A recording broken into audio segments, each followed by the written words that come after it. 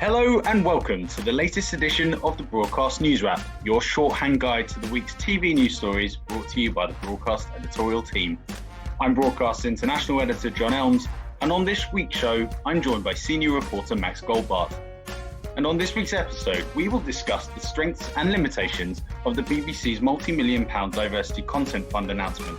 We will also be hearing from Inside editor Jesse Whittock's exclusive interview with Romesh Ranganathan, and we will be discussing the launch of Broadcast International's new editorial strand, the Distributors Showcase.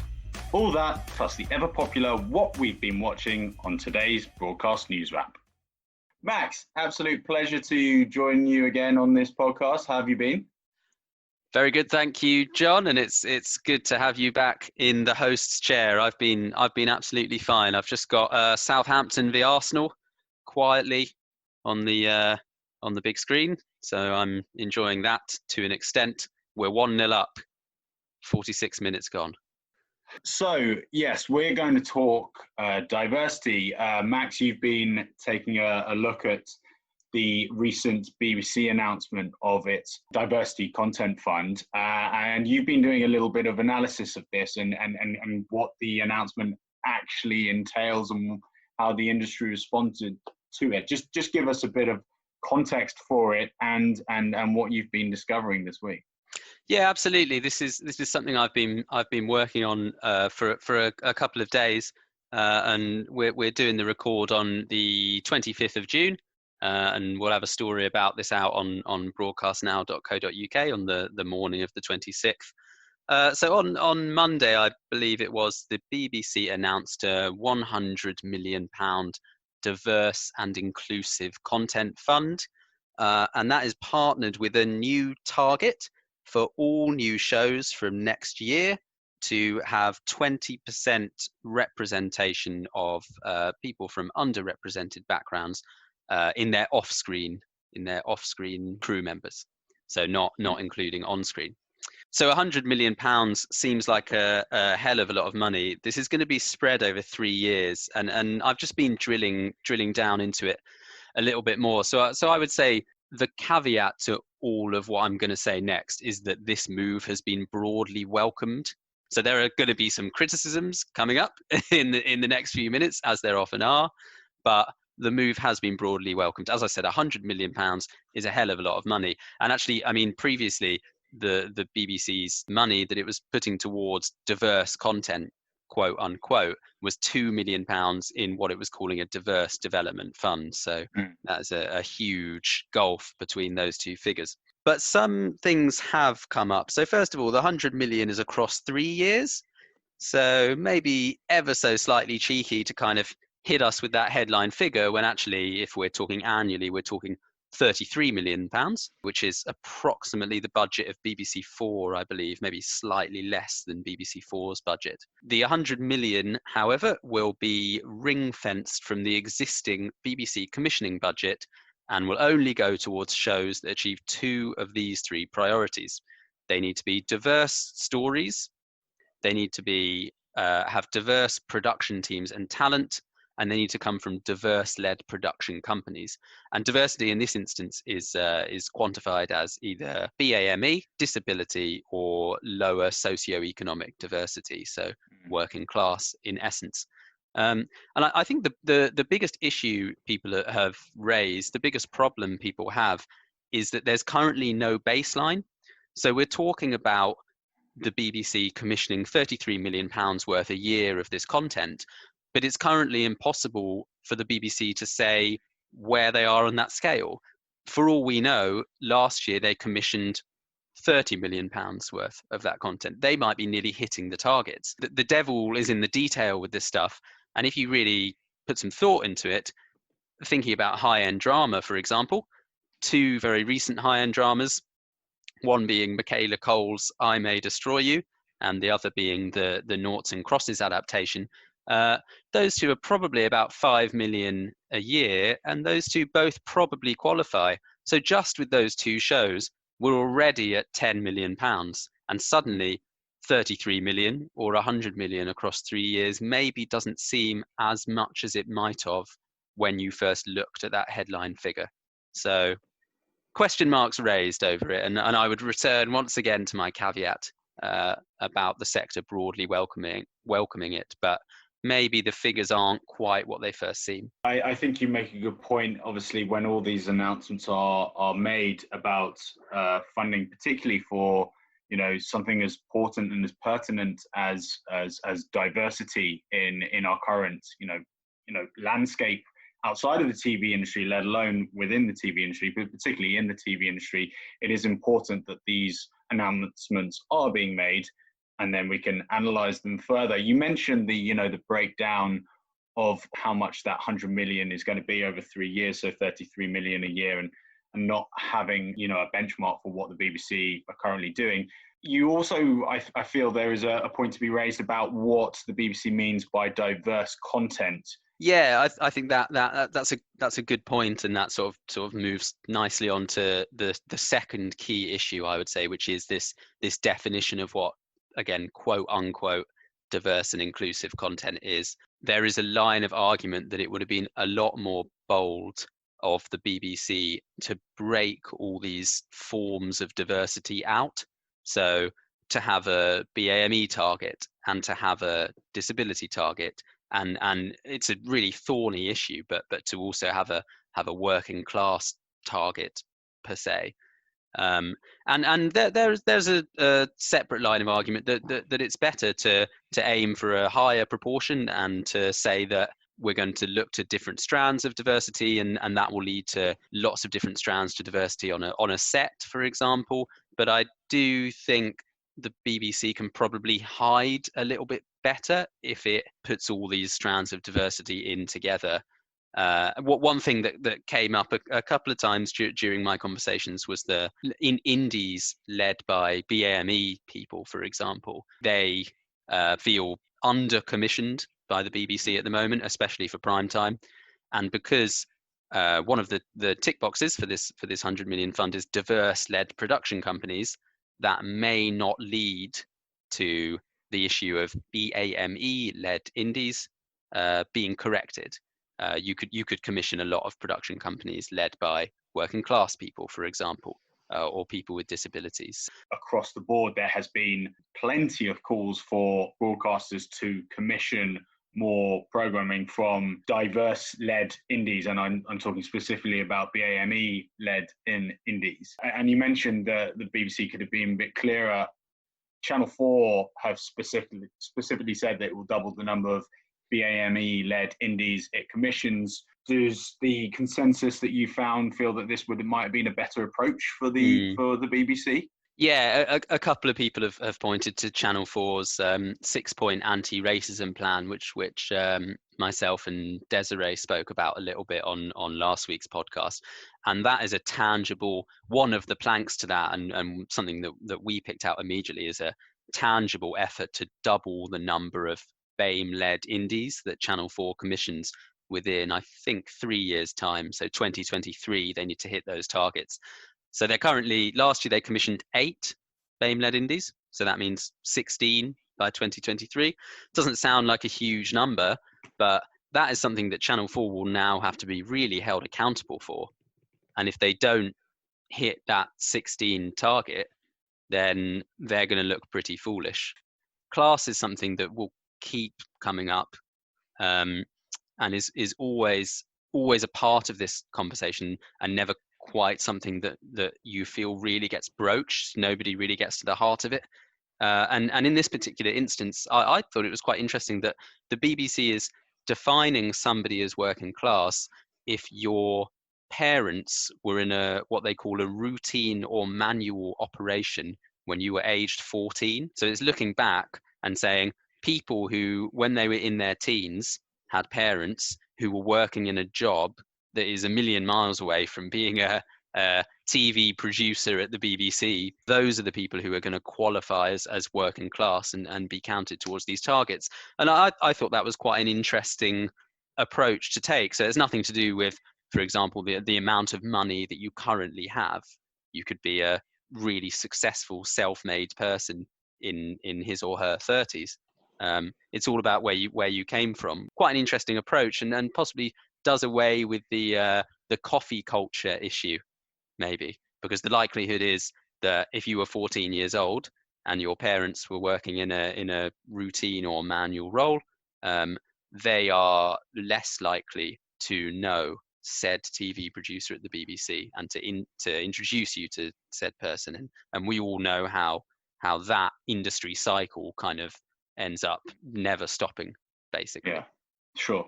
Absolutely. Well, I mean, it's another fascinating aspect of the conversation that we're having about diversity in the TV business, the ongoing conversation, and the conversation that will have to continue for a long time about TV's the industry's limitations and steps it needs to make diversity and inclusion, part of the everyday fabric, as opposed to a bolt-on or an ad hoc decision, which is, numerous people have said is currently the case in the industry. So take a look at Max's piece on broadcastnow.co.uk. It's a very insightful piece, and will just form part of the wider conversation. Insights editor Jesse Whittock spoke to TV star Romesh Ranganathan earlier this week about the diversity strides, or lack thereof, being made in the TV industry, among myriad subjects covered in their conversation. Here is some exclusive audio.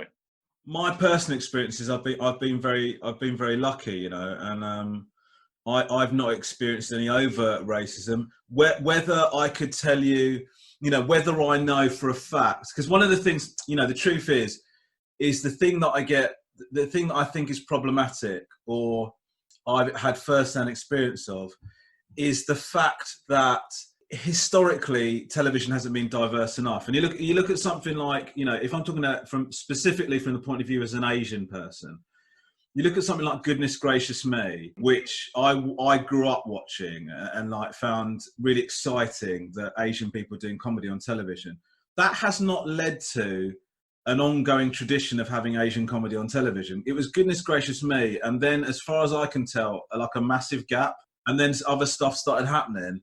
And that is for whatever reasons. There's a number of reasons. There's lots of different stories, lots of different arguments about it, that people think that Asian comedy is a genre, that people just weren't looking for stuff from those worlds. That, and I've heard stories from friends about where they've tried to get a sitcom away or something away, and they said, we've kind of already got this kind of script, and that kind of script means with a black lead, or with a black family centered about it. So there's all that shit. And so I think, the truth is, I don't think, it's not happened the way it should have done. People of colour are not, they don't have to do a show where they're making some sort of cultural point or some sort of representation point. They could just do some bullshit. Only Fools and Horses, but with black people. That's not a pitch, by the way. But do you know what I mean? I just mean that should be par for the course. It shouldn't be there's a black sitcom. Have you seen this black sitcom? That should happen. There should be more representation across the board. And so this is overcorrection, or not overcorrection, but there's a sudden sea change. But then what happens is, the problem with that is, it then makes you a representative for your ethnicity. So, you get, mate, the number of times I get to see a tweet where people say, why Romesh Ranganathan's been booked for that show, and they make that insinuation. Now, why is that person making that insinuation? Because they haven't seen enough Asian faces on television, and they haven't seen enough faces of colour on those types of shows. And so when they do, they have a reaction to it, and they assume it's tokenism. If that had been happening, for a longer time, people wouldn't even think to level that accusation. Why they wouldn't even think to. It's the same thing when more women. They made a big thing about more women going on panel shows, and then every single woman that was on a panel show suddenly is a representative for their gender. Women. Yeah.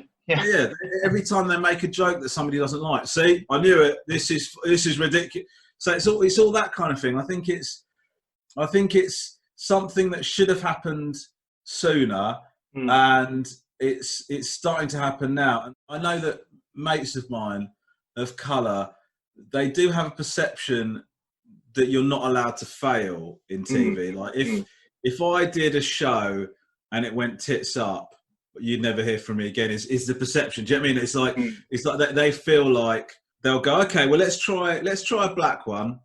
Let's try this. Okay, no, he's not the one. He's not the one. And so, whereas, you don't.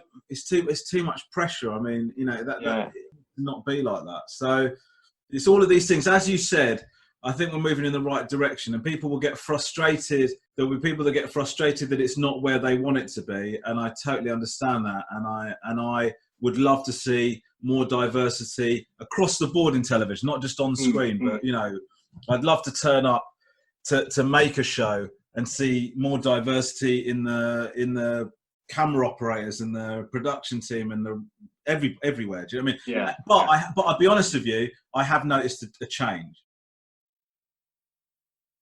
Well, that was a fascinating insight there from Romesh, and it forms part of a really interesting wider piece written by Jesse, which is along with Max's piece on broadcastnow.co.uk.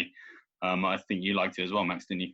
Yeah, excellent, and I'm looking forward to reading the feature. You've been busy in the past few weeks, John, putting together the Broadcast Distributor Showcase, which as of this week is in existence. Would you like to tell our listeners a little bit more about the showcase? Yes, I have been very busy along with the rest of the broadcast team in bringing out Distributors Showcase. It's a brand new editorial content strand. We're very proud of it. It is designed, inspired by our hot picks in our international editions, tailored towards the two MIP events in the beginning of the year in April and MIPCOM in October. But because of the pandemic, there are no markets to peg program launches to, and distribution companies are looking for alternative ways of launching shows, and we didn't want programming to fall through the cracks of people's awareness, and buyers are always looking for new programming, especially in these times when productions are being halted. So we set up Distributor Showcase, which is designed to show the best and hottest programming from the international content landscape, and it has been a lot of hard work. We have 12 profiles up there. They're all from fantastic distribution companies. The programming that's been submitted has been phenomenal across the board. We had many more submissions than the 12 that we've initially showcased, and which is great because that means, we're going to be doing this a year-round product, which will be updated monthly. And, I'm really excited to see hundreds of programs, showcased on our website. From myriad distribution companies around the world, giving people insight into shows that they might not ever have got a chance to see or hear of in the landscape. So yeah, it's been a great thing, and you should check it out. I'm not just saying that because I helped create it, but you should check it out anyway. And I hope you'll indulge me, Max, in giving the link broadcastnow.co.uk/showcase. Indulged aplenty. It's well worth a look. And now it's time for everyone's favourite segment, which I think is now becoming the catchphrase for the Broadcast Newswrap. It's time for everyone's favourite segment, what you've been watching. Max, what have you been watching this week? Very well introduced there, John. It most certainly is everybody's favourite segment. I whacked on the first two Talking Heads monologues. The restaging of Alan Bennett's late 1980s plays. So this has been 12 have been done. One was Imelda Staunton in A Lady of Letters. The other was one of the new ones, Sarah Lancashire in An Ordinary Woman. And I simply thought they were fantastic. I've not watched too many Alan Bennett plays, but especially A Lady of Letters just sort of had you on edge the entire time, I found. And Imelda Staunton was just perfect. I really do think she's one of the best actors of this generation. She just plays this woman who herself is perennially on edge with like aplomb. Basically, I was really impressed with it. That was the first one. The second one, An Ordinary Woman, was really interesting, like deep subject matter. It's about a woman who falls in love in a sexual way with her 15-year-old son, and she talks the audience through her experiences, and then without giving too much away, she broaches the topic with the son, and things certainly change after that. Sarah Lancashire, again, really good actor. They've picked some really good actors for the rest. There's Jodie Comer, Martin Freeman, and some other crackers. So I think it's well worth a watch. They're all on iPlayer now. I think they're going to continue playing out on a Tuesday, 2 at a time. But you can watch all of the box set currently. John, you've whacked on the new Sky Documentaries channel. What have you been watching? Yeah, I've actually been watching a hell of a lot of TV recently, but one thing that particularly grabbed my attention was, as you mentioned, the new Sky Documentaries series of Mics and Men, which is a documentary about Wu-Tang Clan. I really like Wu-Tang Clan's music since my teens, and have a fair amount of knowledge of them. But I think the really important part of the documentary, for a start, they have the documentary has all remaining members who are alive of Wu-Tang Clan combining and talking about their history and their story, their careers, but also some seriously high profile talking heads and contributors to factor in. And it's a really, really well made documentary. It's got some fascinating insights into their lives and how they grew up in Staten Island and Brooklyn, and extremely pertinent for the times that we live in. Obviously, the current rhetoric around current affairs in response to the Black Lives Matter movement has been obviously on most people's agendas, which is right, and this show kind of adds to that conversation through the prism of quite genius group. I mean, Wu-Tang Clan were fantastic, and they're very TV like as well. They've done a lot of stuff on content, be it through film. They have a lot of martial arts influences in their music, and they're quite a TV friendly musical act to follow. And I've been very careful not to binge it all, because it's 4 eps and it's extremely watchable as well as being fascinating. So I've been making sure that I've not just binged it and I'm just watching one episode at a time. Good stuff. Well, I couldn't know less about the Wu-Tang Clan, so maybe that's my next foray. Absolutely, definitely worth a watch. Thank you for listening to this edition of the Broadcast Newswrap. Please make sure to follow us on Twitter @BroadcastNow, and check into broadcastnow.co.uk for more news and analysis. I'm International Editor John Elmes, and I've been speaking with Senior Reporter Max Goldbart. Please do check out this week's podcast, plus all previous episodes of the Newswrap, on Spotify, iTunes, or via our website. And don't forget to tune in next time for more Newswrap as we bring news and analysis from the television landscape. Goodbye.